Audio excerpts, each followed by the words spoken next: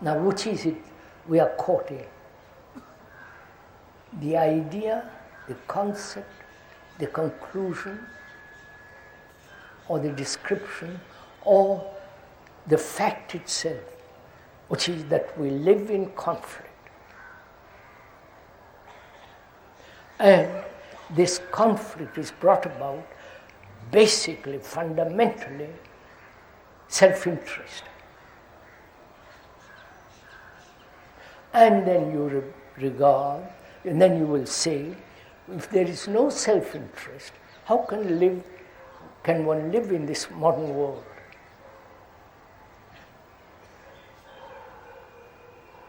That's a very common question. And it's rather a silly question. Sorry, I may use that word.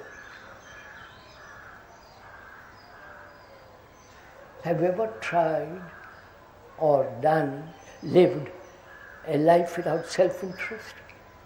If you have, then you will have quite a different activity in life. Because we haven't done it, we say it's impossible.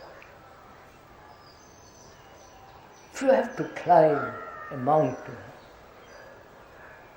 and you have to climb that mountain, you don't begin by saying it's impossible.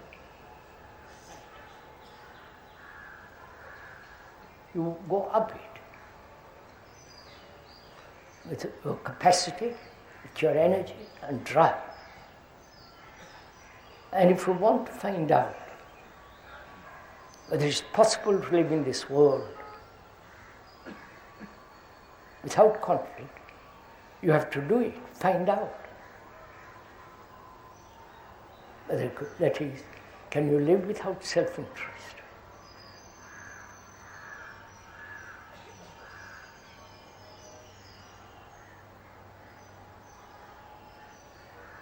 And all the politicians in the world are concerned with themselves and their power and their position,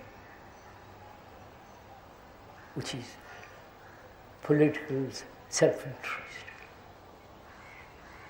And the world is that. Can we live that way? Can we live without self-interest?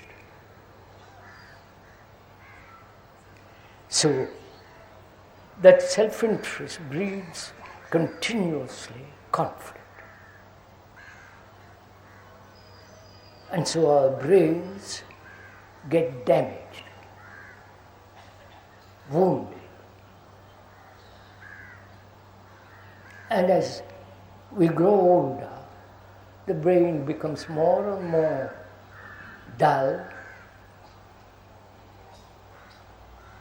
more and more superstitious, repetitive,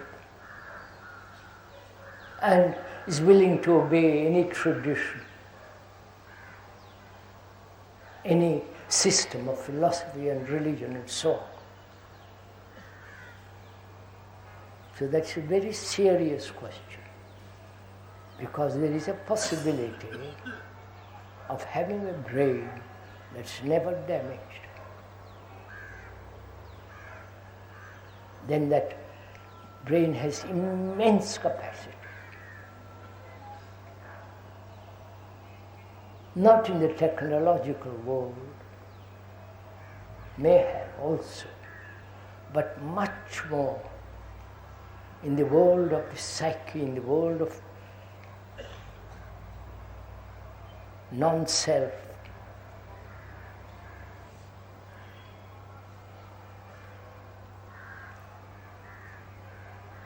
You know,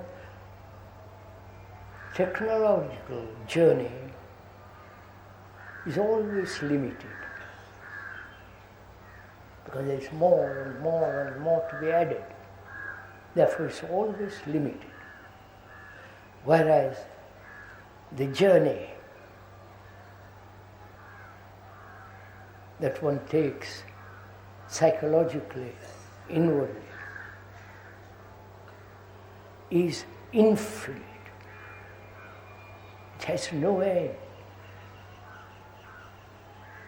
And it is really a world totally different. This is not a theory. Don't go back to your books and say, yes, this is what they have said. And you are only putting it in modern words.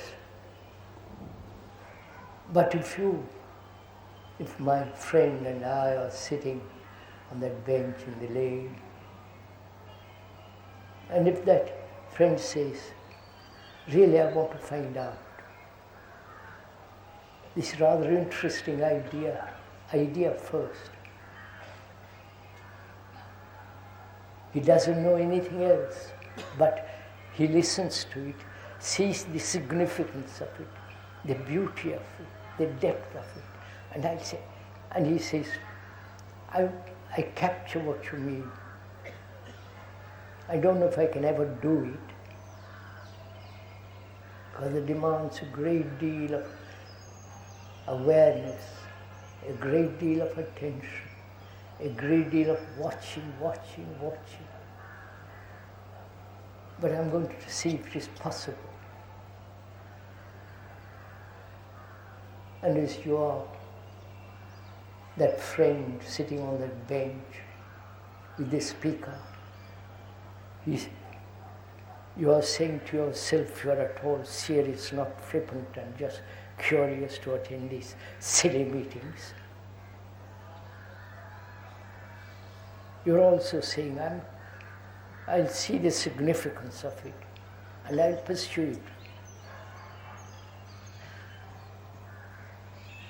So, if one sees the significance and the reality of it and beauty of it,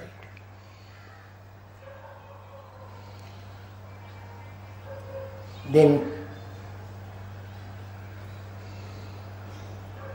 there's immensity beyond the self.